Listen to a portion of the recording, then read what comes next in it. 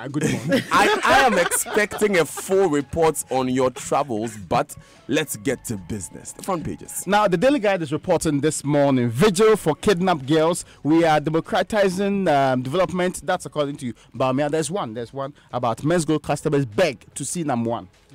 The New Crusading Guide newspaper, stop irritating us. Ahmed's family warns Kennedy Japan, and Mahama refuses to apologize over boot-for-boot comments. On the front page of the Graphic Business, only 2% of SHS graduates prefer entrepreneurship. GRA gets tough on freight forwarders, need for reforms in government accounting system, and whopping 90% of risks insured abroad. The Finder is reporting this morning, increasing incidence of cancer, very worrying. This is according to the First Lady. And NDC sets up committee to clean the register.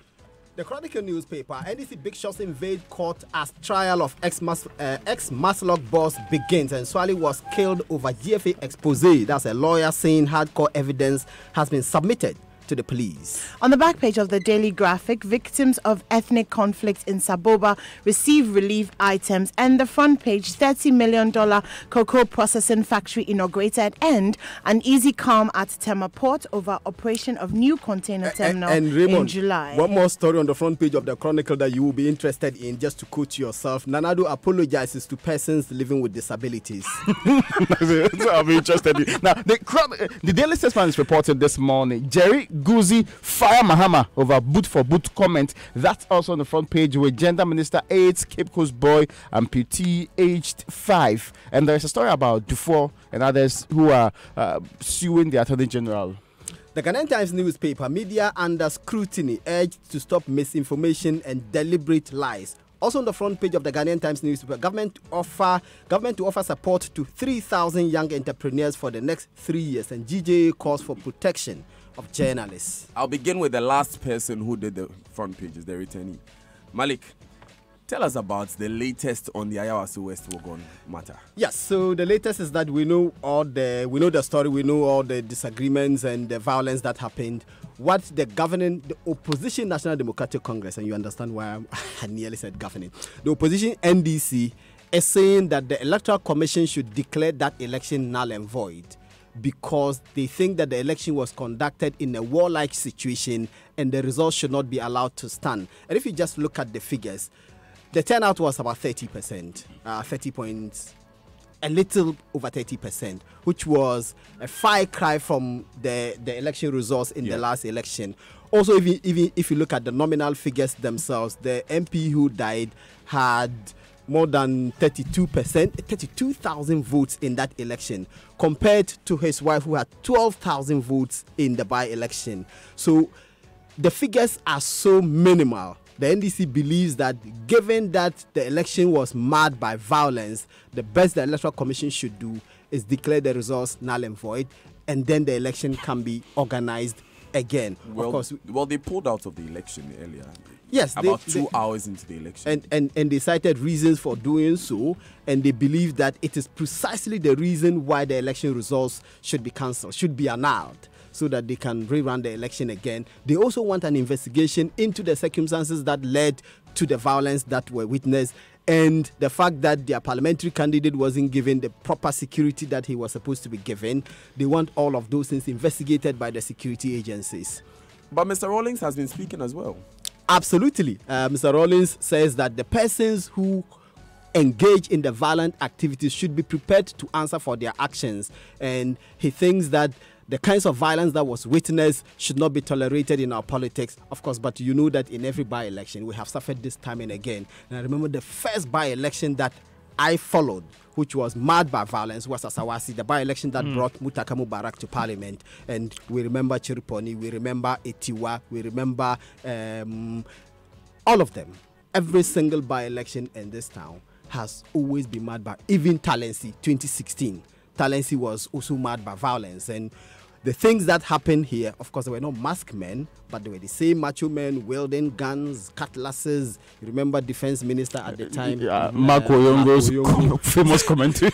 Famous comments about violence begetting violence. So every by-election has been marred by violence in this town, but it's got to stop. Exactly. And everybody is speaking up. Yesterday we spoke to Dr. Kwesini, who says that the citizenry must speak up. Yes, and also because this is one of the first times we are seeing masked men and persons said to be political activists mixing with security officials. But just a quick one, the turnout as we have from the EC was 19.83% for those of us here. So it's a very low number anyway, and it really affirms that point that's been made. But Raymond, I'm coming to you because you were in court yesterday. Yes. Tell us what happened. Now, this is in connection with the state dragging Sedina Tamaklo Ationu, who is the former Maslock boss, to court together with Daniel Axim, who was an operations manager in that particular unit. Now, the state is saying that the 78 counts of stealing, of willfully causing financial loss, of breaching the public procurement law, and also causing loss to state property, all of it are in different forms actually. Sometimes it is in collusion or it is in connection with the other gentleman. That's why all of these are there. Now, she went to court for the first time. No, the case was filed on Friday. She went to court for the first time. That's yesterday. The charges were read one by one. She said not guilty. I was looking at her keenly. Not guilty to all of them. One by one in this particular case. All charges. The 80. But it was like 78. The leave to amend was not granted because actually when you do the count one by one, it's 78 charges in this case. But on record, on the state's record, is 80 that has been written. Now, moving beyond that, the court then said was going to give her bail. Her lawyers were saying that, yes, we want bail because we want serve with cognizance bail. But the court then agreed that you need two sureties. You need to also bail bond of 5 million. For Daniel Axim, it was 1 million with one surety. It was an interesting development how, mostly bills, you have to get the people, you have to go and check their homes and all of that. Much of that was done in the course of the engagement. Now, we do know that the crux of the state's case against the woman is that, one, there was some 500,000 she placed on behalf of Maslock as an investment into Obatampa Microfinance. She demanded 24% as interest. The people said we couldn't pay you 24%, so we are reducing the amount of money in this case. Then they came back to give the money to them. The people said that she insisted on taking the money in the Ghana must go back at one of the Bachuna Shell or so. She met them and took the money there. There's another engagement where she was supposed to do sensitization. The amount of money involved was nationwide. She did it for only some regions and didn't do it for the rest. And yet the amount of money involved were actually thrown out. So these and others are the ones. And there's a big car one. Remember the 6 a.m. story we told you about? Yes. That is also a very big issue that that's investigation by Manasseh. Very good. Under her tenure as Maslock boss. So now they are going to go through the case management process on the 4th or so of March, and the rest will follow after that. Yes, and we will be bringing more details of that investigation when Manasseh Azuriawuni himself joins us in studio. Just want to chip in that her lawyers are confident that the state will struggle to prove all of these 80 charges against her. Yes, Kojoga was very clear in his mind. Kojoga Adaudi. Yes, okay, interesting. I think he's the same man representing Cocobot, the Cocobot boss, right? Yeah, he's one of them. He's One of them. He and Eduji Tamakula and others. Yeah, he was also there in this case. Okay, anyway, last week you told us about this man who is sexually abusing his daughters, and there's another man. So last week, if I remember quite well, that case had not, there hadn't been a prosecution yet. This one there has. This was last week Friday, and so yes, Jim Clifford Edward got a sentence of 10 years, 10 and 5, 10 years for defiling his daughter and 5 years for incest. Now he's been sleeping with his daughter since she was 9 years old. She's 14 years old now, and she's 5 months pregnant. Apparently, her mother is mentally retarded, and so every so often, her mother would go away on these long journeys. They don't know where she is, and that's when her father would take advantage of her. So what happened is that she reported to her brother. The last time her father had sexual intercourse with her, according to her report, was on December 26, 2018. And she reported to her brother. This was the first time that she spoke up about it, that her father had been abusing her since she was 9. Her brother then went to the police station and reported their father. The father was taken to court. He's got 10 years for defilement and 5 years for incest. Now, the reason why I picked this story and why we cannot become desensitized to this is that 14% of school-going children, including boys. Now, the thing is that with boys, there's a falsely low statistic because people do not report when boys are abused. So 14% of school-going children, including boys, have been abused. Over 47% of that figure have been abused at home. Now, the thing is, for every 3 girls that are abused at home, 1 is involved in intrafamilial. So it's either their father or their uncle or somebody that they're related to. Due to scandal and shame and all of that, incest is grossly underreported. So even in the statistics of sexual abuse, incest in particular is grossly underreported. And sometimes the problem with incest as well is that the victim is too young to speak up or to report it. And so it goes on for a very, very long time. Before, and like then, in this case, it happened for 5 years. For 5 years, and then it's reported. The other worrying aspect is that 20% of people who suffer this kind of abuse go on to have long-term psychological problems which they can be treated but they cannot be cured, including multiple personality disorders, and a lot of them end up in a chronic state of arousal. The problem about the chronic state of arousal is when the abused then becomes an abuser, and so therefore they become predatory because they're seeking to satisfy these urges. Yes. So it's a vicious cycle which starts, and so it's important. I am making a pledge that I will talk about every story that comes up like this, just so that we don't lose the sensitivity that goes with it. It's very important. Disturbing on so many levels. Malik, also disturbing on so many levels is the death of Ahmed Hussein Swali. Yes, Ahmed Hussein Swali, whose family is upset by they say comments made by a member of parliament for Asin Central, Kennedy Japan, regarding their son.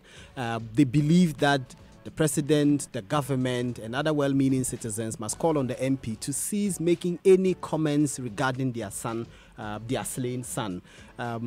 They think that it is shameful that he claims that he has met the man, and yet he has the late Swali, and yes, he keeps making, in their view, ill comments about him. The spokesperson for the family who addressed a press conference yesterday, Mr. Mustafa Idrisu, he says that we are really offended by his act, by this act of Kennedy Japan, and they think that the offer that he made, and you remember in the news that there was this reported offer that he made of 100,000 bounty put on the head of any person who helps to find the killers of this guy. They say it is shameful that the man who makes ill comments about this guy will come out and make further claims that he wants to put out this money. He said it has come to the notice of the family through some media platforms of a shameful claim by Kennedy Japan to have ever met our late son, Ahmed Hussein Swali.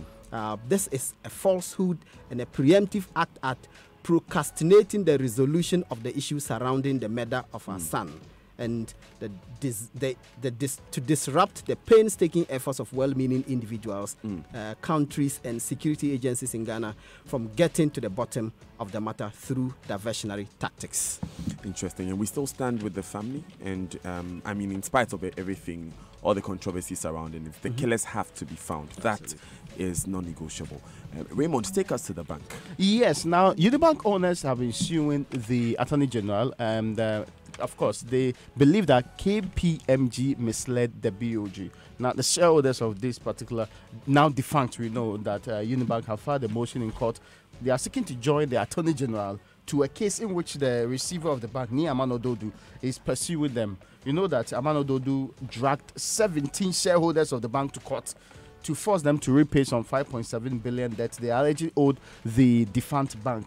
Now, if you read paragraph 2 of the motion filed at the High Court, the shareholders claim that both the Central Bank and the Government of Ghana were misled by the audit firm KPMG into believing that Unibank was being managed improperly and that the bank was likely to fall into insolvency.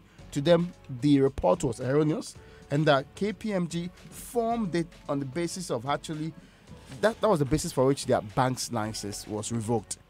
And if the report itself was erroneous, then they don't believe that their bank's license should have been revoked in the first place. So that's why they want the AG involved as government's representative on this matter. You know, Unibank is one of the 7 local banks that collapsed as a result of the Bank of Ghana, describing their state as not only having poor governance structures, but also having serious liquidity challenges. You know, we went through all of the difficulties with all of this, and that first came the Ghana Consolidated Bank to put all of them together, seek to solve the problem of depositors having their monies protected and moving forward, giving some stability to the banking sector. So you see how the case runs in court. You know that the other case is already in court too, and we are waiting for the day the AG will say the people that are responsible for making sure that these banks and other things collapse. We have dragged them to court on criminal charges, as was discussed early on. Remember when we spoke with Professor Newman Kojokusi on this show, and he mentioned that he did not know that he was breaking, that it was against the law to hire some related parties in some of the transactions that they did. That was a very interesting. I want to see how that particular element will play out. When but they does go Unibank even court. exist as an entity to be able to go to court? No, I'm sure it was. In this it's just case, a these are the former shareholders. shareholders. Uh-huh. So that's why they are former owners. Okay. So former owners saying that we didn't legitimately lose this bank. My curiosity is that if they are successful in this court case, how do we then go back and carve it out of CBG and give it back to them? It's an interesting thing that could come up. But anymore, we are ending by talking about male midwives. Yes. So the Ministry of Health has done some research, and this research reveals. And you have a smile on your face. I do, because it's very interesting. This research reveals that a lot of women in Ghana prefer to have male midwives more than female midwives. Yes, which is very interesting. It also goes on to say that a lot of women are also naming their children after these male midwives because the experience, the whole birthing experience, was pretty awesome when they had a male midwife as compared to a female midwife. Now, the thing is that it's a profession that's widely, for years, has been widely reserved for women. Now, the reasons that were given is that the male midwives have been more caring, they're more tolerant, they're more reliable, they're more dependable. Most importantly, they do not shout as much. And if you've ever been in the labor ward, you know that when you're in pain and you're pushing, the last thing you want is somebody yelling at you. And that seemed to be top of the list, that the male midwives do not shout. They're very calm and they're very nice. So Mrs. Cynthia Jojo, she's the head of nursing and midwifery at the Health Training Institution, has been speaking, and she's asking female midwives to stop shouting, basically, and develop their bedside manner. Just do better. I think they should have spoken to the husbands of the wife. I don't know how many of us will prefer that our wives are male. I don't think your preference at that point is why? I don't I'm a think we're stakeholder in the interested process. I don't think we're interested in your stakeholding at I'm that saying point. that I'm a stakeholder in the process. Okay. Malik is also. There's a study that suggests that in some Islamic communities, the women preferred to go outside and not go to the hospital at all because it was males that were taking care of them in the hospitals. It's an important issue. Okay, fair But enough. Raymond, shouldn't we rather be looking at the professional standards and As this- opposed to the absolutely. personal choices? guys, yes. if I may, and They this is a section that is being commended. Actually, they are being commended. Yes, they for are. doing their work very well. I agree. The Yes. fact that some What women is may this? not be professional in this case does not preclude my sociological right to demand that I be taken care by a certain specific person. In any case, right to healthcare, I have the right to choose who should take care of me. But Raymond, you spoke about what the man would prefer, not what the woman in labor would prefer, which is why I came at Hold you. on, I'm saying that I Because move you are a from third first party in that- this case. Why? You It's are your me. wife It's who is my in the baby, thing. me, and then you. You are a complete third party. Okay. In this case. So it's our baby. Yes. Me. But I've you are been in carrying the pain. baby for 9 months. I'm sorry, it's not yet your baby. Please. At Unless that you point, did- I'm making Unless you decisions. did IVF or any of the other. But even with IVF, in it's vitro- still your sperm if you're the in donor. vitro process in this Okay, case. okay, one person Yes. at a time. But then I think that Mm-hmm. the person in pain really should be given the rights to choose because I'm not it's disputing her that. body, I'm saying that and there are so she's many the other one. factors, No, but Raymond, including parties. Raymond, even in the study that you referred to, Yeah. you said that it's the Islamic woman who Yeah. don't want to be treated Yes, by men. by Yes. men. And if yes. it's the woman's choice, then it's fine. It's her Yeah. choice, yes. Yeah, but if you would want to come from somewhere and impose that on her and deny her quality, But because we it could be her life. We know that predominantly, virtually all cultural values are determined by men. Predominantly. So it's wrong this in the is first place. why It's true, but it's Are you wrong. really I think I just asking want to make a why? small Why is comment it on wrong? Yes. I want to make a small comment on the story. And I think that instead of asking the male, the females to emulate the example of the males, I think we should be asking hospital authorities To insist on to standards. insist on standards That's all. and to sack anybody who manhandles a patient. I agree with because you. Can't, when somebody is in labor. And we Be know that this shouting and happens. yelling In and fact, beating sometimes them they slap sometimes. them. Yes, Yes, they yes. slap them. Yes. It happens Yeah. in Ghana, and we know they slap You see- women you in see- labor. You see, there. So which may ethics sometimes, sorry, in Daniel, this this country. may sometimes come from a good place, and I say this hesitantly because you know that if you don't push with the pain, there's the chance of losing the baby. And so at that point, when the woman is in pain and she's not pushing, and you're telling her to push, I get that sometimes they resort then to the violence of, I will beat you because if you don't push, the baby will die. So sometimes there is that struggle for life and death, but there is also other ways, that you can use to encourage, as it were, the woman to do what she wants. Anyone doesn't need to you be are- beaten to push that baby out. Thank you. Anyone, you are a health professional. I say this is the only way. I didn't say it was the only way. I was simply explaining It should not be one the of the ways, reasoning Kra. behind why it is something that is done in Ghana. Which I understand, but In fact, we have rejected that. We have rejected that reasoning. Yes, completely. Yeah, because we're not people who are going to beat people in labor, but those Okay, who guys. beat people in labor think they are doing Okay, well. are thinking it's warped. Since we It are is on, warped. guys, since we're on the matter of giving birth, and when you give birth and your child is of age, you should be thinking of Kids Olympics. You do recall that the last Clever detail. sporting Wow. activity that Malik spoke about here, proud to his surgeon, was saying that he was throwing something. When he was asked about the diameter of the something, you couldn't mention it. But that's unfair. It You know the diameter of a soccer was a ball. completely irrelevant question, which was unfairly thrown at me. That's I've unfair. never purported to play soccer before, for the record. That's unfair. I don't think Cristiano Ronaldo knows the diameter. Just of a soccer rugby, right? Okay, so let's be clear in this case. Rugby, So this one. that was Malik's main commentary here. Now, Malik, wonderful things are going to happen. The kids, so that they don't repeat the things you did here before you went away, are going to be engaging in sporting activities. And these are wonderful times because they are going to do it in 3 separate You months. and I will do a 100-meter dash first before the kids. Malik, All right. No, before you commit to it, athletics is this weekend. Athletics is on Saturday. So I have 2 days to train. But my money is on Malik. What criteria are you? So ability. Okay, so ladies and gentlemen listening to us across the country, the deadline for registration is tomorrow. Yes. Right. So you go on myjoyonline.com, look on the top right pane just below the live button, click the icon that you see there. You can download the form, and then there are a number of phone numbers that you can call. They are all there with that information, or you can come and drop off the form here at Joy FM. The deadline for the athletics registration is this weekend. It's tomorrow. So do that and do that quickly. But before any race, you see Malik Abbas Dabo, the returnee, versus Raymond Aqua In the 100-meter dash. in the 100-meter dash. Okay, Yeah, I'll be holding the whistle. We'll see if the myth. Yeah. We'll see if the myth of the pot's belly is true or not. I'm not saying if anyone I'm has a being pot's belly. prejudiced in this one. Why are you speaking? Because there's 2 of you here. Okay. The online news review comes up now. Is brought to you by Zenith Bank in your best interest and Goyle Good Energy. Now, it's a new year. It's still good energy with Goyle, your reliable energy partner. Enhancing your engine performance and prolonging the life expectancy of your vehicle should be a top priority. So continue to get the best quality and value for money from Goyle Super XP and Diesel XP and trusted range of lubricants from our 360 service stations across the country.